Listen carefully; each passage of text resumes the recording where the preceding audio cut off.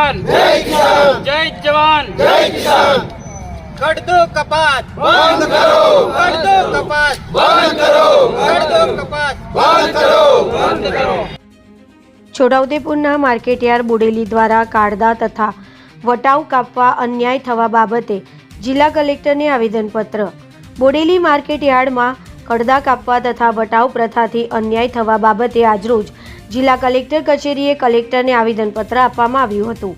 આપેલા આવેદનપત્રમાં જણાવ્યું કે ખેતીમાં પકવેલો કપાસનો પાક વેચાણ અર્થે બોડેલી માર્કેટયાર્ડમાં લઈ જઈએ છીએ, જ્યારે માર્કેટયાર્ડના વેપારીઓ કપાસનો ભાવ નક્કી કરી ખરીદ કરે છે। ખરીદ કર્યા બાદ જે તે જીનના વેપારી માલિકે કપાસને ખેડૂતના ખર્ચે ખાલી કરાવે છે અને રૂપિયા વસૂલે છે। તેમજ તમારો કપાસ બરાબર નથી, કપાસ ભીનો છે તેમ કરીને કાળદો કાપવામાં આવે છે। ઉપરાંત 1.5% દોઢથી 2% જેટલો વટાવ કાપવામાં આવે છે। આજથી 10 વર્ષ પહેલાં ખેતીમાં વપરાતા દવા, બિયારણ અને ખાતર જે ભાવે મળતા હતા તે હાલમાં 3 થી 4 ગણા થઈ ગયા છે, જ્યારે અમોએ પકવેલા કપાસનો ભાવ 10 વર્ષ પછી પણ હાલ માત્ર 200 થી 300 જ રૂપિયા વધ્યો છે।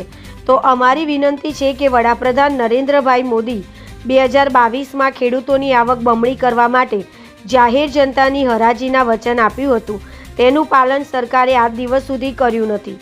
ખેડૂત તનતોડ મહેનત કરવા છતાં કોઈપણ પોષણક્ષમ ભાવ ન મળવાથી દેવેદાર થતો જાય છે। તો CCI દ્વારા કપાસની ખરીદી કરવામાં આવે અને અમારા ખેડૂતોને અન્ય અનાજ અને કઠોળ જેવા પાકને પણ ટેકાના ભાવે ખરીદ કરવામાં આવે તેવી અમારી માંગ છે। અમારી તમામ સમસ્યાઓને ધ્યાનમાં લઈને બોડેલી માર્કેટયાર્ડ કપાસ જીનના વેપારીઓને દ્વારા કડદા કાપવા, વટાવ પ્રથા તેમજ કપાસના માલિક ખેડૂત પાસે ગાડી ખાલી કરાવી પૈસા વસૂલવા જેવી તમામ પ્રથા, શોષણ, છેતરપિંડી સદંતર બંધ થાય અને અમોને ન્યાય મળે તેવી ઘટતી કાર્યવાહી કરવા તથા અમને ન્યાય મળે તો ના છૂટકે અમારે ગાંધી ચિંધ્યા માર્ગે આંદોલન કરવાની ફરજ પડશે। તેની તમામ સંપૂર્ણ જવાબદારી સરકારની રહેશે તેમ જણાવ્યું છે। જય કિસાન। અમે છોટાઉદેપુર જિલ્લાના ખેડૂતો ભેગા થયા અને આવેદનપત્ર આપવા માટે છોટાઉદેપુર કલેક્ટર સાહેબને અપાયા।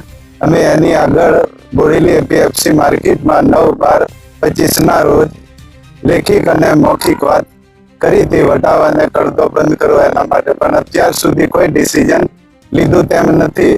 એટલે અમારા છોટાઉદેપુર જિલ્લાના તમામ ખેડૂતો, પછાત વર્ગના નાના ખેડૂતને બોડેલીના APMC માર્કેટના મોટા માથાના વેપારી અમારી લૂંટ ચલાવે, એ લૂંટ બંધ થવું જોઈએ। અને અમે મોંઘું બિયારણ, મોંઘી દવા, ખાતર એટલો બધો ખર્ચો કરી અને અમે જે કંઈક અમને મળ્યું તે બોડેલીમાં લઈને આવી અને એવી અમારું માર્કેટમાં ખેડૂત સાધન લઈને ગયો તો હરાજી કરી એટલે એ સાધન એ વેપારીનું થઈ ગયું। એટલે એની જે તે ચીનિંગમાં લઈને ગયો એટલે ખાલી કરાવવાની જવાબદારી એની હોય, છતાં એ ખેડૂત જોડેથી પૈસા વસૂલ કરે। અને બીજું કે અડધો કપાસ પાડી અને પછી એમ કે આ કપાસ કોયલો છે અને ખરાબ છે અને ભીનો છે, જે તે બાના પાડી અને અમારી જોડેથી વટાવ ફાવે તેમ કાપે। 200, 250, 300 સુધી 1 ક્વિન્ટલ પર કાપે। એટલે આ કપાવવાની જોઈએ, આનો ન્યાય અમને જેમ બને એમ સરકાર શ્રી ગુજરાત સરકાર અમને ન્યાય આપે, એ અમારી જવાબદારી। કિલજીભાઈ રાયસિંગ, રાયપુર।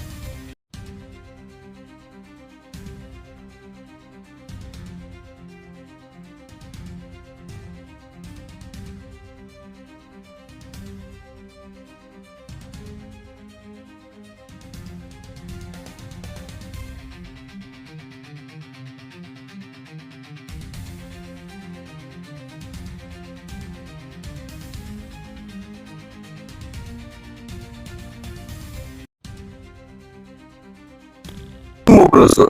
આવા ઘણા ખેડૂતોના પ્રશ્ન છે. તો આ ખેડૂતોની વાચા આપવા માટે કલેક્ટર સાહેબને અમે છોટાઉદેપુર મુકામે આવેદનપત્ર માટે આ છોટાઉદેપુર જિલ્લાના ખેડૂતો એકત્રિત થઈ અને આ અમારી માંગ પૂરી કરવા માટે અમે સાહેબને વિનંતી કરીએ છીએ. અને જે વટાવ પ્રથા છે એ વટાવ બી ગુજરાત સરકારમાંથી ખેડૂતો માંગણી એવી કરી કે વટાવ પ્રથા બી તમે બંધ કરો.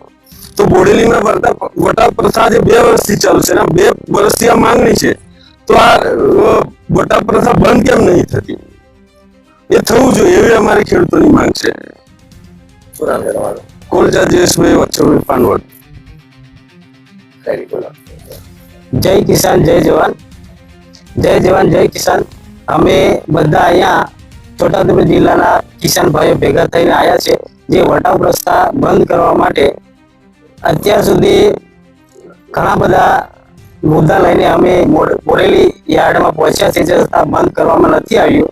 ત્યારે અમારે છોટાઉદેપુર જિલ્લા સેવા સદન કચેરી પહોંચવું પડ્યું અને કલેક્ટર સાહેબને આવેદનપત્ર આપવું પડ્યું. તો જેમ બને તેમ આ પ્રથા જે આ ખેડૂતોની લૂંટ ચાલી રહી છે એ બંધ થાય એવી અમારી બધા ખેડૂતોની માંગ છે. રાઠવા કિલેશભાઈ જંદુભાઈ ઝાંઝર ચોક.